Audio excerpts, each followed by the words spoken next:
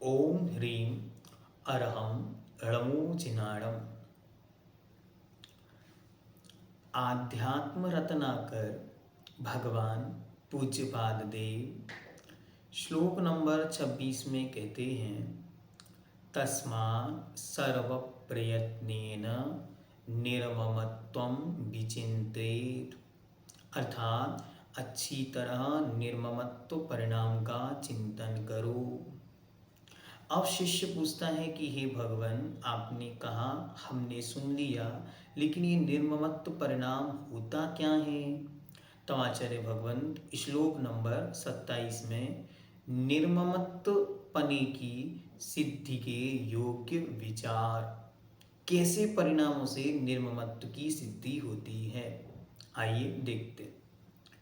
एको हम निर्ममः शुद्धो ज्ञानी योगींद्र गोचरः बाह्यः संयोगजा भावा मत्तः सर्वेपि सर्वथा सर्वथा।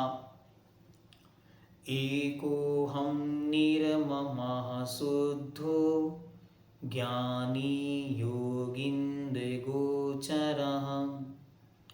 बाह्यः संयोगजा भावा मत्तः सर्वेपि सर्वथा। क्या चिंतन करें? बार बार अपने को ये बातें याद दिलानी है।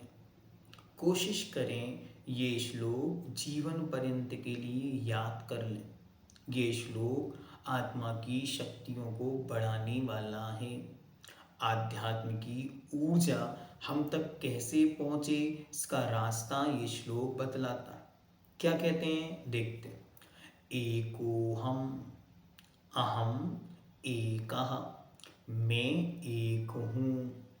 अच्छी तरह विचार करना, मैं एक हूँ। फिर निर्ममः, मैं ममता से रहित, शुद्धो शुद्ध हूँ।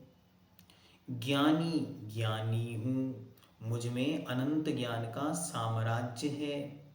फिर योगिंद्र गोचरः, योगियों के केवली शुद्ध केवली विशिष्ट ज्ञानी और प्रत्यक्ष ज्ञानियों के द्वारा गोचरः, जानने योग्य हूँ। सर्वेपि सभी, संयोगजा भावा, संयोग से उत्पन्न होने वाले पदार्थ, मत्तः मुझसे, सर्वथा सब तरह से, बाह्यः भिन्न हैं। अर्थात ये मेरे नहीं, मैं इनका नहीं। एक एक शब्द समझना बहुत अच्छी तरह। ये श्लोक सारी जीवन की समस्याओं का समाधान है। और भगवान कुंद देव ने तो इस श्लोक को, मतलब उन्होंने जो प्राकृत में गाथा लिखी, भगवान पूज्यपाद देव ने बाद में लिखा, उन्होंने पहले लिखा, लेकिन उन्होंने अध्यात्म का अमृत भर दिया। उस पर पूरा एक सेशन हमने समय सार के अध्ययन के दौरान लिया था। अगर आपको लगता है कि वो हमारे लिए बेनिफिशियल है तो उसका लिंक हम आपको डिस्क्रिप्शन में दे देंगे। आप अच्छी तरह उस आत्मा के स्वरूप का चिंतन भी अवश्य सुने, बहुत बेनिफिशियल आपके लिए वो होगा। आइए देखते हैं। मैं एक हूँ, अर्थात मैं संसार के संपूर्ण बाह्य पदार्थों से भिन्न तो हूँ, बाहर की सब आत्माओं से भी भिन्न हूँ। हाँ, बहुत सारे लोग ऐसा सोचते हैं कि शरीर तो अलग अलग हैं और हम एक हैं। हाँ, बहुत सारे प्रेमी क्या कहते हैं, हम दोनों की शरीर अलग अलग हैं लेकिन हमारी आत्मा एक है। उन अज्ञानियों को समझाने के लिए महाराज समझा रहे हैं, एको हम, मैं एक हूँ। यहाँ अन्य कोई मेरा नहीं, मैं उनका नहीं, और मेरी आत्मा कोई इस शरीर उस शरीर में नहीं, अपितु एक शरीर में एक समय पर व्याप्त दी है। मैं एक हूँ। मेरी आत्मा वास्तव में सब जड़ चेतन पदार्थों से भिन्न अकेली है, एक है, जगत में मेरा कोई नहीं है। जब बहुत सारा टेंशन हो, डिप्रेशन हो, परेशानी हो, चारों तरफ के सब निमित्त हावी हो, पति पत्नी बच्चे, दूरियां नज़दीकियां, खो गए हो, रो रहे हो, क्या करना? एक हो हम। बस इतना सा चिंतन करने से बड़ा आनंद अंतर में आएगा। मैं उन रूप नहीं, वो मुझ रूप नहीं, मैं उनसे सर्वथा सब तरीके से सब रूपों में भिन्न अलग आत्मा हूँ। ये जितनी जितनी बाह्य में वस्तुएं दिख रही हैं, ये सब कैसी हैं? संयोगजः, संयोग से उत्पन्न होने वाले मात्र परिणाम भाव हैं। मैं कैसा हूँ? निर्ममः, मैं तो निर्ममत्व हूँ, मुझे किसी से कोई ममत्व परिणाम नहीं है। मैं सब प्रकार से ममता से रहित हूँ। ममता जो इस संसार में चारों तरफ से घेर कर मुझे अपनी ओर खींचती है, जिसके प्रति ममत्व परिणाम है वो मुझे अपनी ओर खींचता है।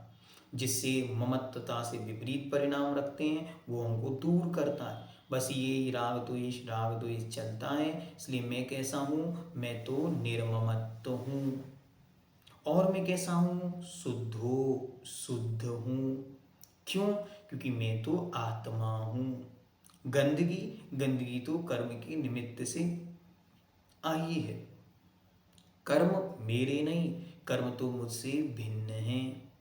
शुद्ध नई की अपेक्षा से द्रव्य कर्म मतलब ज्ञानावरण आदि जो 8 कर्म हैं, ज्ञानावरणी, दर्शनावरणी, वेदनी, मोहनी, आयु, नाम, गोत्र, अंतराय, ये 8 कर्म का जो समूह है, पिंड है, वो कहलाता है द्रव्य कर्म। और इन कर्मों को जो सहकारी है, ऐसे राग और द्वेष, ये कहलाते हैं भाव कर्म। जो मेरी आत्मा में परिणति होती है कर्म रूप, वो कहलाती है भाव कर्म। और इन द्रव्य कर्म और भाव कर्मों के आश्रव और बंध में तथा इसके उदय में जो कारण बनते हैं, वे सब कहलाते हैं नौ कर्म। जैसे हमारा शरीर, मोबाइल, टीवी, भोजन, घर, सर्दी, गर्मी, ये सब क्या है? ये 9 कर्म है। ये 9 कर्म मिलते हैं तो मेरे कर्मों का आश्रव, बंध, संबर, निर्जरा आदि बहुत बहुत सारे काम इनके निमित्त से होते हैं। इसलिए क्या है? 9 कर्म हैं। फिर से रहित होने से मैं शुद्ध हूँ, क्योंकि मैं कौन हूँ? मैं तो आत्मा हूँ। और ये कर्म बंधन ये सब पुद्गल है, इसलिए मुझसे भिन्न है, अलग हैं। और कैसा हूँ मैं ज्ञानी हूँ। मैं तो अनंत ज्ञान के साम्राज्य से युक्त हूँ। भले ही वर्तमान में अज्ञान दशा में विराजता हूँ, ज्ञानावरण कर्म का अल्प क्षयुष्यम मात्र उपलब्ध है, इसलिए कुछ जान नहीं पा रहा हूँ। लेकिन मेरा वास्तविक स्वरूप तो जानना और देखना है। जानो देखो जाने दो, जानो देखो जाने दो। बस जानना है, देखना है और जाने देना, करना कुछ नहीं। इसी का नाम है ज्ञानी हूँ। मेरा काम क्या है? जानना। मैं पर में एक रत्ती भी परिवर्तन परिणमन नहीं करा सकता। उसका परिवर्तन, उसका परिणमन उसकी द्रव्य की योग्यता पर आधारित है।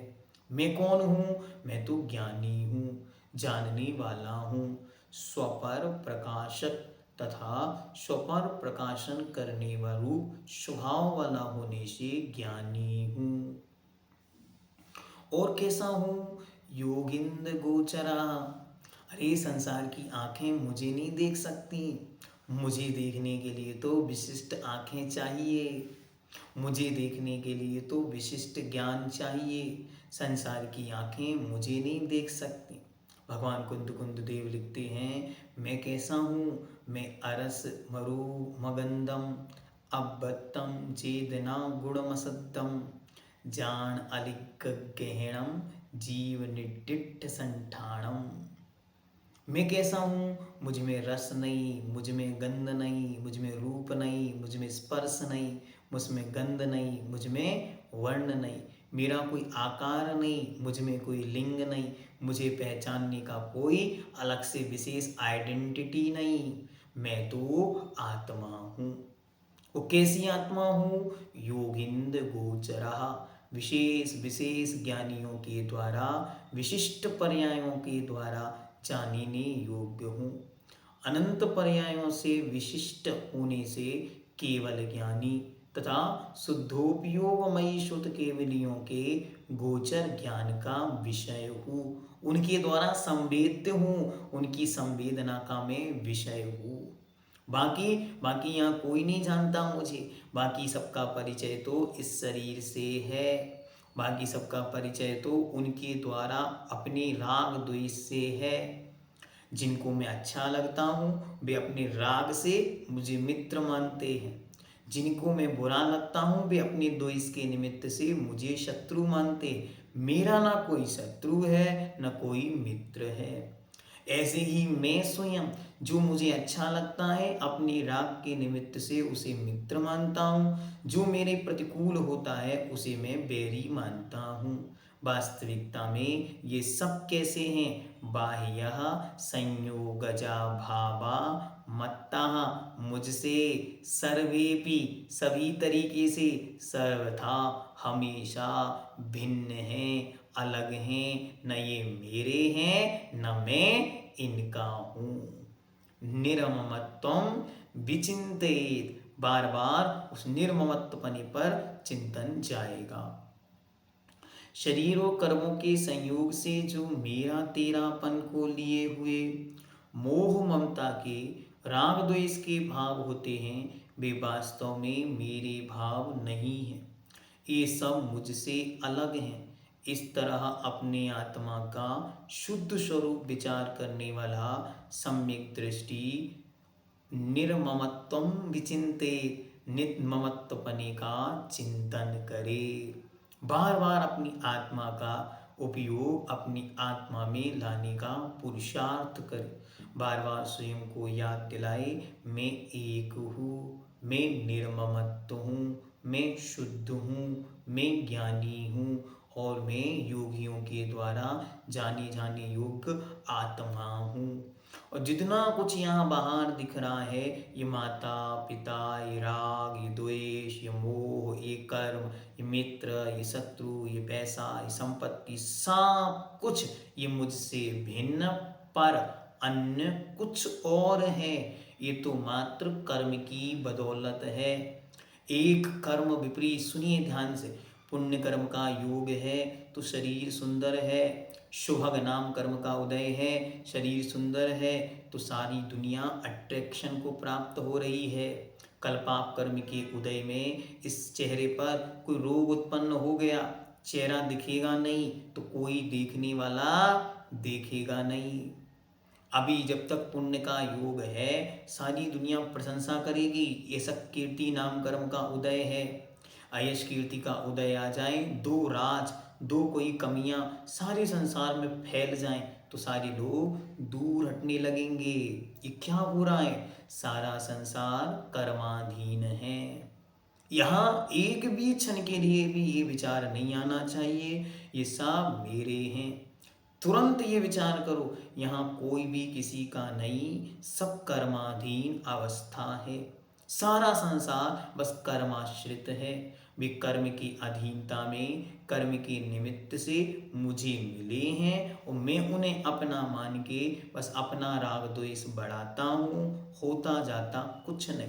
और संसार कैसे बढ़ रहा है? तो भगवान कुंद कुंद देव लिखते हैं, ये संसार बढ़ने का बहुत सुंदर कारण है। क्या? हमारा राग द्वेष। हम यहाँ राग द्वेष करते हैं, कर्म बंधते हैं। कर्म के उदय में फिर शरीर मिलता है, शरीर में इंद्रियां मिलती हैं, इंद्रियों से विषयों के भोगों की अपेक्षा होती है, विषय भोगों को भोगने से फिर राग द्वेष होते हैं, फिर राग द्वेष से फिर कर्म बंद होता है, फिर कर्म बंद होने से फिर शरीर मिलता है, फिर शरीर में इंद्रियां मिलती हैं, इंद्रियों से फिर विषय भोगने की चाहत होती है, फिर उन विषय भोगों में राग द्वेष होता है, फिर कर्म का बंध होता है। ये भगवान कुंद कुंद देव ने प्रवचन सार जी में इस प्रकार चिंतन उपलब्ध कराया। तो आप सब आध्यात्म के इस परम ग्रंथ का अध्ययन कर रहे हैं। यह आध्यात्मिक प्रवेशिका है, आध्यात्म की ओर बढ़ने वाला ये पहला कदम है। तो भगवान कुंद कुंद देव के अनुयायी भगवान पूज्यपाद देव हम सबको आध्यात्म की यात्रा पर लेकर चल रहे हैं। तो क्या करना? निर्ममत्वम विचिंते, निर्ममत्व परिणाम का हम सभी को चिंतन करना है।